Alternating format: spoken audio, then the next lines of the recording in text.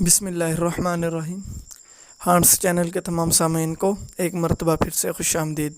امید کرتا ہوں کہ آپ سب بخیریت و عافیت اللہ کے فضل و کرم سے اپنی زندگی گزار رہے ہوں گے۔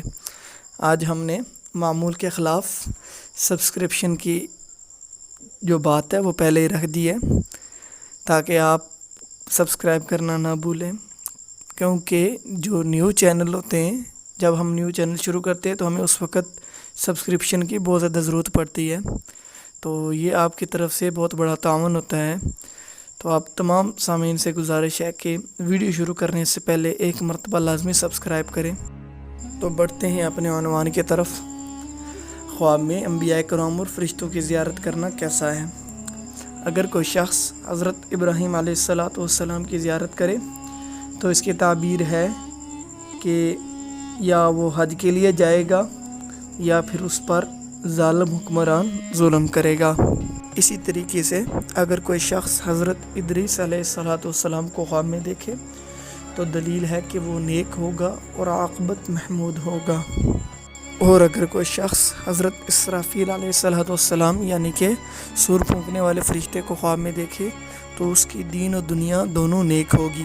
اور اگر دیکھے کہ حضرت اسرافیل علیہ السلام نے سور پھونکا ہے اور یہ خیال کرے کہ اس کے علاوہ کسی نے اس کی آواز نہیں سنی تو دلیل ہے کہ وہ شخص مر جائے گا۔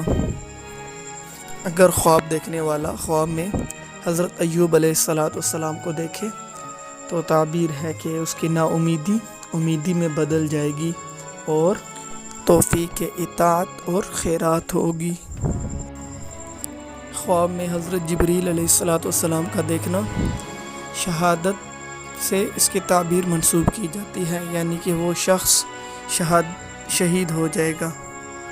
اور اگر کوئی شخص سیدنا محمد صلی اللہ علیہ وسلم کو خواب میں دیکھے تو تعبیر ہے کہ وہ صالح اعمال کے ذریعے اللہ کے قریب ہوگا اور اس کے دل میں نیک لوگوں کی، اہل بیت کی اور تمام بڑے اللہ کے نیک بندوں کی محبت ہوگی۔